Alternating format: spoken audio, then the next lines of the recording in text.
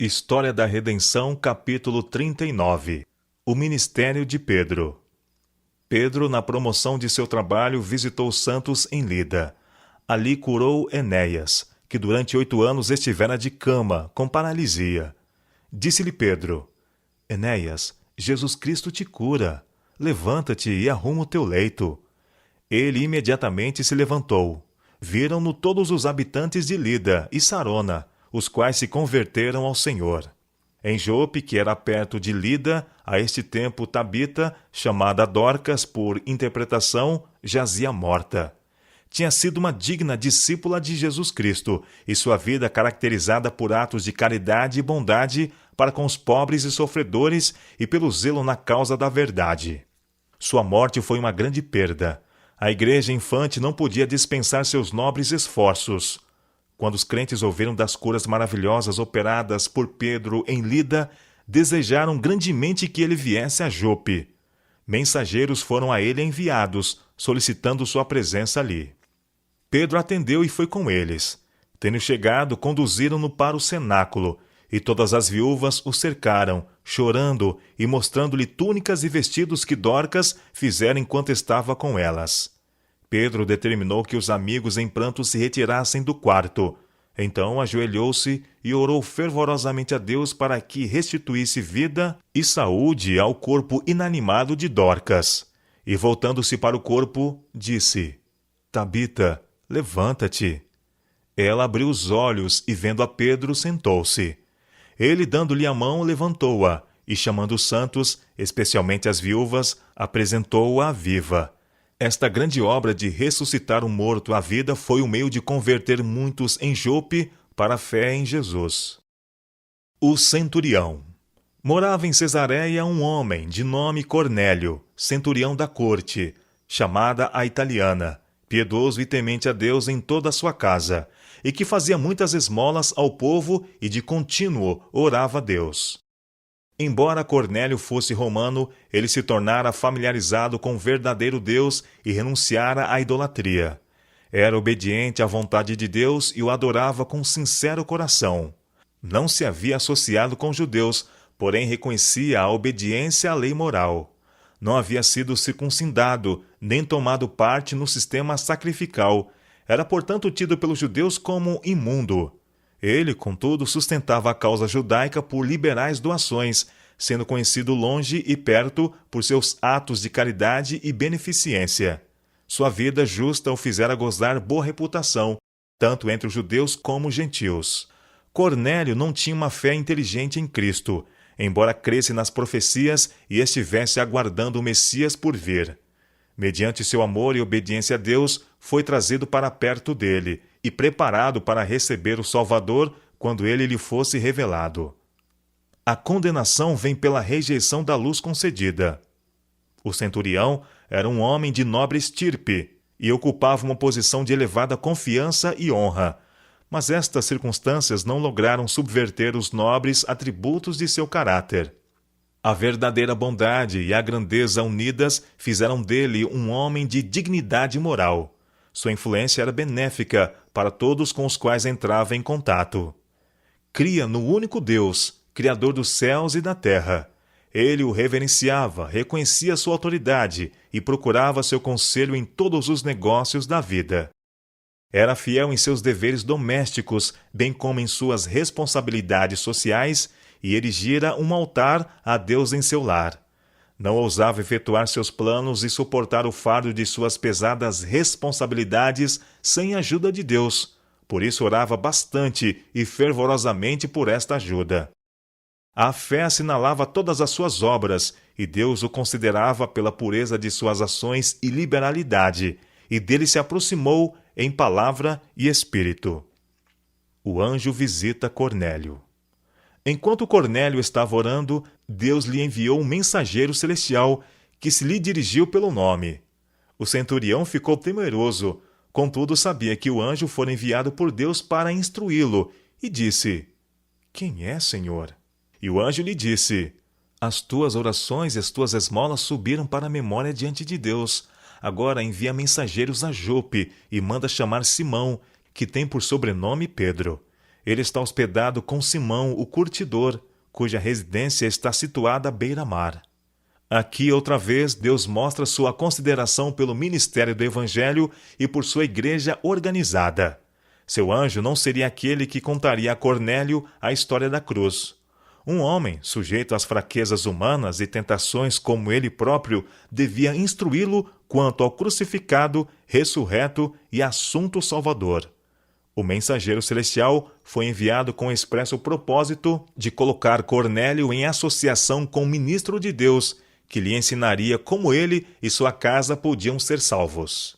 Cornélio alegremente obedeceu à mensagem e despachou mensageiros imediatamente à procura de Pedro, de acordo com as instruções do anjo. As minúcias destas informações, nas quais se mencionavam até a ocupação do homem de quem Pedro partilhava o lar, mostram que o céu está bem informado da história e dos negócios dos homens em quaisquer condições de vida. Deus está familiarizado com a ocupação diária do humilde operário, bem como da do rei sobre o trono. A avareza, a crueldade, os crimes secretos e o egoísmo dos homens são dele conhecidos, bem como seus bons atos, a caridade, a liberalidade e a bondade. Nada é oculto de Deus. A visão de Pedro.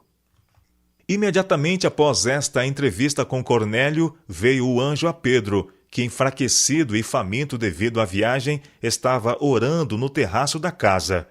Enquanto orava, foi-lhe mostrada uma visão. Então viu o céu aberto, e descendo um objeto como se fosse um grande lençol, o qual era baixado à terra, pelas 4 pontas, contendo toda a sorte de quadrúpedes, répteis da terra e aves do céu. E ouviu-se uma voz que se dirigia a ele: Levanta-te, Pedro, mata e come. Mas Pedro replicou: De modo nenhum, Senhor, porque jamais comi coisa alguma comum e imunda. Segunda vez a voz lhe falou: Ao que Deus purificou, não consideres comum. Sucedeu isto por 3 vezes, e logo aquele objeto foi recolhido ao céu. Aqui nós podemos perceber a operação do plano de Deus para pôr a máquina em movimento, pela qual sua vontade pode ser feita na terra como é feita no céu. Pedro não tinha ainda pregado o evangelho aos gentios. Muitos deles tinham sido interessados ouvintes das verdades que ele ensinava. Porém, o muro de separação, que a morte de Cristo havia posto abaixo, ainda existia na mente dos apóstolos e excluía os gentios dos privilégios do evangelho. Os judeus gregos tinham recebido a obra dos apóstolos, e muitos deles corresponderam àqueles esforços aceitando a fé em Jesus. Mas a conversão de Cornélio ia ser a primeira de importância entre os gentios. Pela visão do lençol e seu conteúdo baixado do céu, Pedro devia ser despido de seu apegado preconceito contra os gentios e entender que, mediante Cristo, todas as nações seriam participantes das bênçãos e privilégios dos judeus e seriam assim igualmente beneficiadas com ele. Alguns têm afirmado que esta visão significa que Deus removeu sua proibição do uso de carne de animais que fora primeiramente chamados imundos e que por causa disso a carne de porco servia para alimento. Esta é uma interpretação estreita e totalmente errônea, e plenamente refutada no sentido escriturístico da visão e suas consequências. A visão de toda sorte de animais vivos contidos no lençol, e os quais foi ordenado a Pedro matar e comer, sendo-lhe assegurado que o que Deus purificou não devia por ele ser chamado comum ou imundo, era simplesmente uma ilustração que apresentava à sua mente a posição real dos gentios, que pela morte de Cristo eles foram feitos co-herdeiros com Israel de Deus. Isto serviu a Pedro tanto como reprovação como de instrução. Seu trabalho tinha até então se confinado inteiramente aos judeus. Tinha ele olhado para os gentios como uma raça imunda e excluída das promessas de Deus. Sua mente estava agora sendo levada a compreender o alcance mundial do plano de Deus. Enquanto ponderava sobre a visão, esta lhe foi explicada. Enquanto Pedro estava perplexo sobre qual seria o significado da visão, eis que os homens enviados da parte de Cornélio, tendo perguntado pela casa de Simão, pararam junto à porta e, chamando, indagavam se estava ali hospedado Simão, por sobrenome Pedro. Enquanto Pedro meditava acerca da visão, disse-lhe o Espírito: estão aí 2 homens que te procuram. Levanta-te, pois, desce e vai com eles, nada duvidando, porque eu os enviei. Para Pedro esta era uma ordem probante, mas ele não ousava agir de acordo com seus próprios sentimentos, e por isso desceu de seu aposento e recebeu os mensageiros enviados a ele por Cornélio.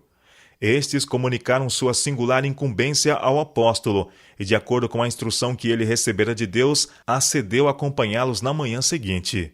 Hospedou-os cortesmente naquela noite, e de manhã partiu com eles para Cesareia, acompanhado por 6 de seus irmãos, que deviam ser testemunhas de tudo quanto iria dizer ou fazer enquanto estivesse visitando os gentios, pois sabia que seria chamado a dar contas de uma violação tão direta da fé e dos ensinos judaicos.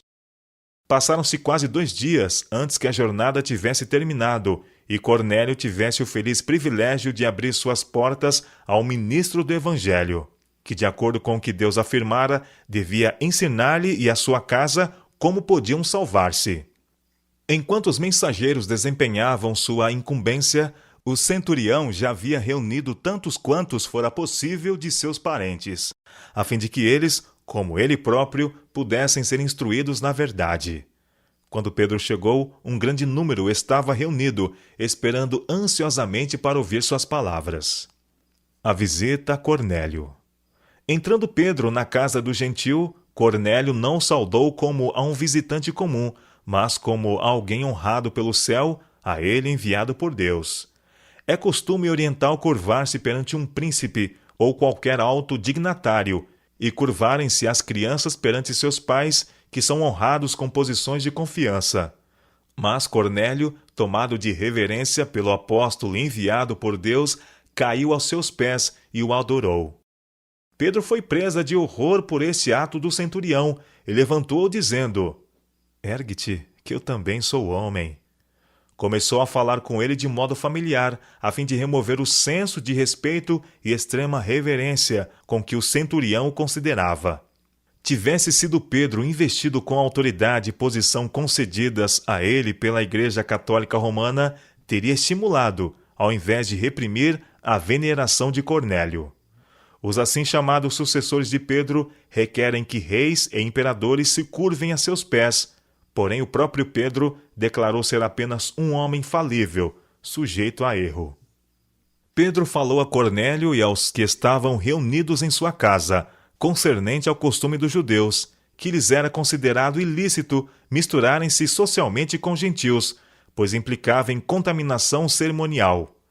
Isto não era proibido pela lei de Deus, mas a tradição dos homens havia feito disso um costume obrigatório.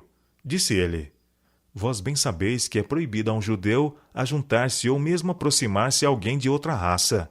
Mas Deus me mostrou que a nenhum homem considerasse comum ou imundo. Por isso, uma vez chamado, vim sem vacilar. Pergunto, pois, por que razão me mandaste chamar? Imediatamente Cornélio relatou sua experiência e as palavras do anjo que lhe havia aparecido em visão. Concluindo, disse: Portanto, sem demora mandei chamar-te, e fizeste bem em vir. Agora, pois, estamos todos aqui, na presença de Deus, prontos para ouvir tudo o que te foi ordenado da parte do Senhor. Então falou Pedro, dizendo: Reconheço por verdade que Deus não faz acepção de pessoas. Pelo contrário, em qualquer nação, aquele que o teme e faz o que é justo, lhe é aceitável. Embora Deus tivesse favorecido os judeus sobre todas as outras nações, ainda assim, rejeitando a luz e não vivendo segundo sua profissão, não seriam mais exaltados em sua estima do que as demais nações. Não seriam mais exaltados em sua estima do que as demais nações. Aquele que entre os gentios, à semelhança de Cornélio, temessem a Deus e operassem a justiça, vivendo segundo a luz que lhes foi concedida, seriam bondosamente considerados por Deus e suas sinceras práticas seriam aceitas. Contudo, a fé e a justiça de Cornélio não seriam perfeitas sem o conhecimento de Cristo. Por isso, Deus lhe enviou luz e conhecimento para posterior desenvolvimento de seu justo caráter. Muitos recusam receber a luz que a providência de Deus lhes envia, e como desculpa por assim fazer, citam as palavras de Pedro a Cornélio e seus amigos. Pelo contrário, em qualquer nação, aquele que o teme e faz o que é justo lhe é aceitável. Sustentam que não tem importância o que os homens creiam, uma vez que suas obras são boas. Tais pessoas são enganadas. A fé e as obras devem estar unidas. Eles devem progredir com a luz que lhes é dada. Se Deus os coloca em associação com seus servos que receberam nova verdade, confirmada pela palavra de Deus, devem aceitá-la com alegria. A verdade é progressiva e ascendente. Por outro lado, os que clamam que apenas sua fé pode salvá-los estão confiando em um vínculo frágil, pois a fé é robustecida e tornada perfeita somente pelas obras. Os gentios recebem o Espírito Santo. Pedro anunciou Jesus ao grupo de atentos ouvintes. Sua vida, ministério, milagres, traição, crucifixão, ressurreição e ascensão, e seu trabalho no céu como representante e advogado do homem, intercedendo a favor dos pecadores. Enquanto o apóstolo falava, seu coração foi inundado do Espírito da verdade de Deus, que anunciava ao povo. Seus ouvintes estavam atraídos pelos ensinos que ouviam, pois seus corações haviam sido preparados para receber a verdade. O apóstolo foi interrompido pela descida do Espírito Santo, como foi manifestada no dia de Pentecostes. E os fiéis que eram da circuncisão, que vieram com Pedro, admiraram-se, porque também sobre os gentios foi derramado o dom do Espírito Santo, pois os ouviam falando em línguas e engrandecendo a Deus. Então perguntou Pedro: porventura pode alguém recusar a água, para que não sejam batizados estes, que assim como nós receberam o Espírito Santo? E ordenou que fossem batizados em nome de Jesus Cristo. Então lhe pediram que permanecesse com eles por alguns dias. O derramamento do Espírito Santo sobre os gentios não foi o equivalente do batismo. Os passos requeridos na conversão em todos os casos são fé, arrependimento e batismo. Desse modo, a verdadeira igreja cristã está unificada em um Senhor, uma fé e um batismo. Temperamentos diversos são modificados pela graça santificadora, e os mesmos princípios distintivos regulam a vida de todos. Pedro cedeu às súplicas dos crentes gentios e permaneceu com eles por algum tempo, pregando a Jesus a todos os gentios das proximidades. Quando os irmãos da Judéia ouviram que Pedro tinha pregado aos gentios e que se havia encontrado com eles e comido em suas casas, ficaram surpresos e ofendidos por tão estranho procedimento de sua parte. Temiam que tal conduta, que lhes parecia presunçosa, tendessem a contradizer seus próprios ensinamentos. Tão logo Pedro os visitou, eles os receberam com severa censura, dizendo: entraste em casa de homens incircuncisos e comeste com eles. Ampliando a visão da igreja. Então Pedro, polidamente, apresentou todo o assunto perante eles. Relatou sua experiência com respeito à visão e alegou que isso advertia a não mais observar a distinção cerimonial da circuncisão e incircuncisão, bem como a não considerar os gentios imundos, pois Deus não faz acepção de pessoas. Informou-lhes da ordem de Deus para ir aos gentios, a vinda dos mensageiros, sua viagem a Cesareia e o encontro com Cornélio e o grupo reunido em sua casa. Sua precaução foi manifestada a seus irmãos pelo fato de, embora ordenado por Deus para ir à casa de um gentil, ter tomado consigo 6 dos discípulos então presentes, como testemunhas de tudo quanto dissesse ou fizesse ali. Tornou a contar a substância de sua entrevista com Cornélio, na qual este lhe contara a visão, pela qual foi instruído a enviar mensageiros a Jope, a fim de trazer Pedro, para que este lhe dissesse as palavras, mediante as quais ele e toda a sua casa pudessem ser salvos. Relatou os eventos de seu primeiro encontro com gentios, dizendo: quando, porém, comecei a falar, caiu o Espírito Santo sobre eles, como também sobre nós no princípio. Então me lembrei da palavra do Senhor, como disse: João, na verdade, batizou com água, mas vós sereis batizados com o Espírito Santo. Pois se Deus lhe concedeu o mesmo dom que a nós nos outorgou quando cremos no Senhor Jesus, quem era eu para que pudesse resistir a Deus? Os discípulos, ouvindo este relato, foram silenciados e se convenceram de que a conduta de Pedro estava em direto cumprimento ao plano de Deus e que seus velhos preconceitos e exclusivismo deviam ser inteiramente destruídos pelo Evangelho de Cristo. E ouvindo eles estas coisas, apaziguaram-se e glorificaram a Deus, dizendo: Logo também aos gentios foi por Deus concedido o arrependimento para a vida.